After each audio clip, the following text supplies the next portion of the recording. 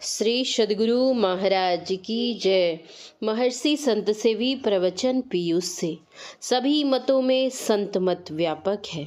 माननीय मुख्यमंत्री महोदय, समवेत समादरणीय सज्जन वृंद, आदरणीय माताओं तथा भक्तिमती बहनों, यदि आप अस्पताल में रोगियों की अधिक भीड़ देखें तो यह समझें कि उस क्षेत्र के लोगों का शारीरिक स्वास्थ्य का पतन हो चुका है।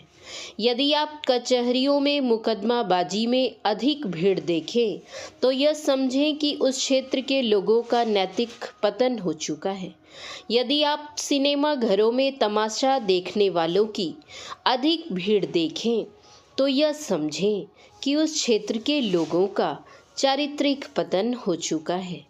किंतु सत्संग के नाम पर यदि इस तरह की उमड़ती भीड़ देखें तो यह समझें कि उस क्षेत्र के लोगों की आध्यात्मिक उन्नति हो रही है।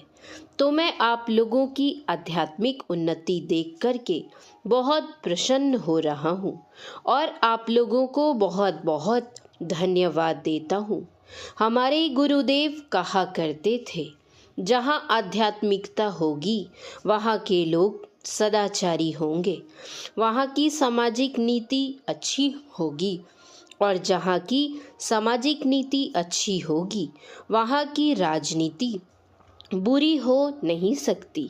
इसलिए आध्यात्मिकता को प्राथमिकता दीजिए।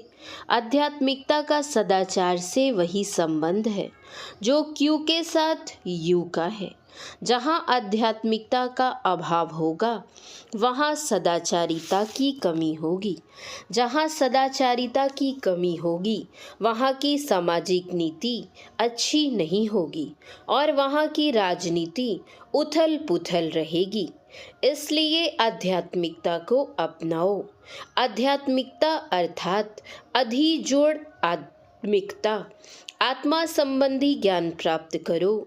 आज जो देश में ही नहीं विदेश में भी, या यूं कहिए विश्व में लूटपाट, मारकाट, अत्याचार, दुराचार, बलात्कार, व्यभिचार आदि नामालूम कितने प्रकार के अनाचार फैले हुए हैं। क्यों?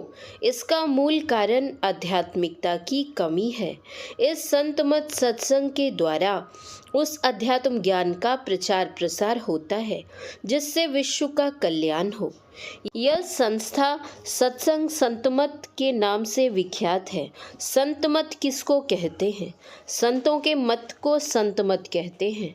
संत कौन? गैरिक वस्त्र धारण करने से संत होते हैं, देह पर भस्म मल लेने से संत होते हैं, जटा बड़ा कर लेने से संत होते हैं, गुदरी पहन लेने से संत होते हैं? नहीं, कदापि नहीं।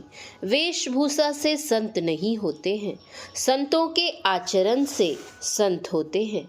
गुरु नानक देव जी महाराज ने कहा, जोग न खिंथा जोग न डंडे, जोग न भस्म चढ़ाइए, जोग न मुंदी मुंडी मुड़ाइए, जोग न सिंगी वाइए, अंजन माहे निरंजन रहिए, जोग जोगतिव पाइए, गली जोग न होई, एक दृष्टि करी समसरी जाने, जोगी कहिए सोई। योग शिखोपनिषद में एक मंत्र आया है, भिद्यते हृदय ग्रंथिस् छिन्द्यते सर्व संशया, क्षीयन्ते चास्य कर्माणि तस्मिन् दृष्टे परावरे। जिनके हृदय की ग्रंथि खुल गई है, वह कौन सी ग्रंथि है? जड़ और चेतन की ग्रंथि है। गोस्वामी तुलसीदास जी ने रामचरितमानस में लिखा है, जड़ चेतन ग्रंथि पड़ गई, यद्यपि मृषा छूटत कठिनई। जड़ और चेतन की ग्रंथि खोलने से क्या मिलता है? संत कबीर साहब ने इसका उत्तर दिया है, लाल लाल जो सब कोई कहे, सबकी गाठी लाल, गाठी खोली के परखे नाही, तासे भयो कंगाल। जब जड़ और चेतन की ग्रंथि खुल जाती है तो वह लाल मिलता है, जिस लाल को पाकर जीवन निहाल हो जाता है। पाने वाला मालो माल हो जाता है। वह लाल है परम प्रभु परमात्मा। जो परम प्रभु परमात्मा को प्राप्त किए हुए होते हैं वे संत होते हैं। भारतीय भाषा में जिनको संत कहते हैं, पारसी भाषा में उनको फकीर कहते हैं। फकीर कैसे लिखते हैं? फे काफ ये रे। फे कहते हैं फाका, उपवास अर्थात खुदा का निकट निवास। काफ कनायत अर्थात शब्र, संतोष। ये यादे इलाही और रे रियाज, अभ्यास। वैदिक धर्म में जिनको संत कहते हैं, इस्लाम धर्मावलंबी उसी को फकीर कहते हैं और ईसाई अंग्रेजी में उन्हीं को सेंट कहते हैं। जिनको सेंट कहते हैं वास्तव में उनमें सेंट होती है। वह कौन सी सेंट होती है? भगवान बुद्ध के एक शिष्य ने उनसे पूछा था, भंते हम देखते हैं कि जूही, तगर, कमल आदि फूलों की सुगंध हवा के अनुकूल चलती है। क्या कोई ऐसी भी सुगंध है जो हवा के प्रतिकूल चलती हो? भगवान बुद्ध ने उत्तर दिया, हाँ है, और वह है सदाचार की सुगंध, जो उत्तम सुगंध देवताओं तक जाती है। अर्थात जो संत होते हैं वे सदाचारी होते हैं। वे काम के दाम में कभी बंधते नहीं। क्रोध उनको अबोध कर प्रतिशोध की भावना उत्पन्न नहीं करता। लोभ उनके मन में क्षोभ उत्पन्न नहीं करता। मोह जिनको बेशो नहीं करता। पद पाकर भी वे मद में नहीं आते। वे किन्हीं से डाह नहीं करते, किंतु यदि कोई उनसे डाह करते हैं तो वे उनकी परवाह नहीं करते। ऐसे होते हैं संत। उन संतों का जो मत है वह है संत मत। संत बतलाता है कि एक ईश्वर में विश्वास करो और उनका भजन करो। ईश्वर का स्वरूप जानो। ईश्वर सर्वव्यापक है और उसके परे भी है, भले ही हम उनके नाम भिन्न भिन्न दे दे। ईसाई उनको गॉड कहते हैं, मुसलमान उनको खुदा या अल्लाह कहते हैं, चीनी तितिन कहते हैं, पारसी अहुरमज़्द कहते हैं, यदूही जेहोवा कहते हैं और वैदिक धर्मावलंबी उसी को ब्रह्म या परमात्मा कहते हैं। भाषांतर के कारण शब्दांतर है किंतु तत्वांतर नहीं है। तत्व रूप में वह एक ही एक है। जो उस एक को जान लेता है उसको फिर जानने के लिए कुछ बाकी नहीं रह जाता है। हमको शरीर का ज्ञान है, आत्मा का नहीं, इसलिए द्वैत बना हुआ है। जब अपनी आत्मा का ज्ञान हो जाएगा तब द्वैत भाव मिट जाएगा और सिया राममय सब जग जानी हो जाएगा। संतों ने कहा यह शरीर क्षण भंगुर है, कब समाप्त हो जाएगा कोई ठिकाना नहीं। इसके अंदर जो निवास करने वाले आत्मा है उसको पहचानो, इसका कभी नाश नहीं होता। जो कोई आत्मा को पहचानते हैं वही परमात्मा को पहचानते हैं। किसी शायर ने कितना अच्छा कहा है, इबादत है किसी नाशाद को फिर शाद कर देना। इबादत है किसी बर्बाद को आबाद कर देना। यही सीखा है सागर हमने मुर्शद के कदम छूकर। खुदा से हो अगर मिलना खुद का पता लगा लेना।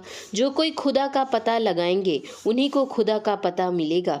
इस संत मत सत्संग में हिंदू, मुसलमान, बौद्ध, सिख, जैन, ईसाई प्रभृति सभी मतों के संतों का समान आदर है।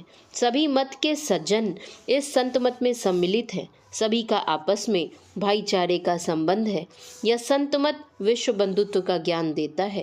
ईश्वर भक्ति करने में गरीब अमीर, विद्वान अविद्वान, नर नारी सभी समान अधिकारी हैं। हमारे गुरुदेव का उद्घोष है, जितने मनुष्य तन धारी हैं प्रभु भक्ति कर सकते सभी अंतर व बाहर भक्ति कर घटपट हटाना चाहिए।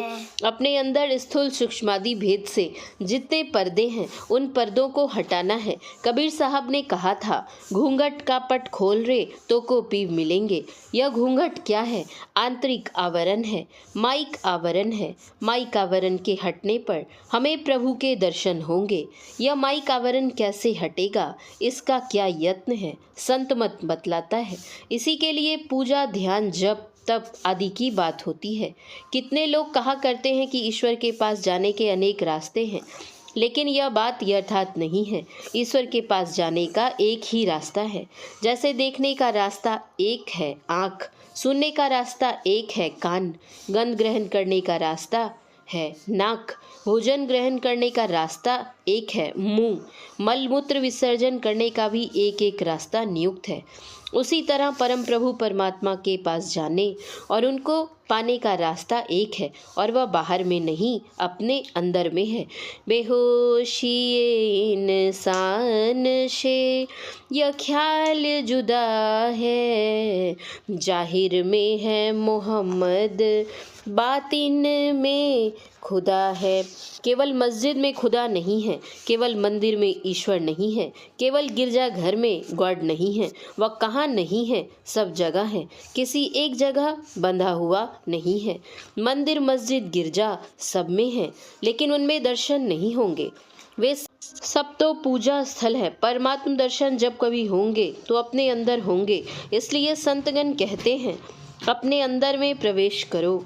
अंदर प्रवेश करने के लिए क्या करो? जप करो और ध्यान करो, यानी जीकर करो और फिकर करो। ध्यान में स्थूल ध्यान होता है और सूक्ष्म ध्यान होता है, साकार ध्यान होता है और निराकार ध्यान होता है। इस तरह ध्यान में भेद है। उस भेद को जानकर क्रम से हम आगे बढ़ते जाएं। हमारे गुरुदेव कहा करते थे, जिस तरह कोई पैर काटकर दौड़ना चाहे वह नहीं दौड़ सकता, और सिर काटकर कोई जीना चाहे वह नहीं जी सकता। चलने के लिए पैर और जीने के लिए सिर चाहिए। इसी तरह ना तो शगुन छोड़ो और ना निर्गुण ही। स्थूल शगुन साकार से आरंभ करो और निर्गुण निराकार तक पहुँचो। ना तो पैर को छोड़ो और ना सिर को छोड़ो, दोनों को लेकर चलो। यही संत मत बतलाता है। बिल्कुल सरल साधना है, सहज साधना है। इसके लिए घर बार, रोजगार, परिवार छोड़ने की आवश्यकता नहीं है। संत कबीर साहब ने कहा है, घर में जोग भोग घर ही में, घर तजीवन नहीं जावे, वन के गए कल्पना उपजे, तब धो कहाँ समावे। घर में युक्ति मुक्ति घर में ही, जो गुरु अलख लखावे, सहज शून्य में रहे समाना, सहज समाधि लगावे। गुरु नानक देव जी महाराज के वचन में है, राज में राज, जोग में जोगी, तप में तपीसर, गृहस्थ में भोगी, ध्याए ध्याए भगत सुख पाया, नानक तिस पुरुष का किनु अंत ना पाया। श्री सद्गुरु महाराज की जय। महर्षि संत सेवी परमहंस जी महाराज का यह प्रवचन अखिल भारतीय संत मत सत्संग का 83वां वार्षिक महाधिवेशन नवगछिया में दिनांक 6/3/1994 ईस्वी के अपराह्नकालीन सत्संग बिहार प्रांत के माननीय मुख्यमंत्री श्री लालू प्रसाद की उपस्थिति के शुभ अवसर पर हुआ था। शांति संदेश फरवरी 1999 ईस्वी। श्री सद्गुरु महाराज की जय। श्री सद्गुरु महाराज की जय। श्री सद्गुरु महाराज की जय। जय गुरु महाराज।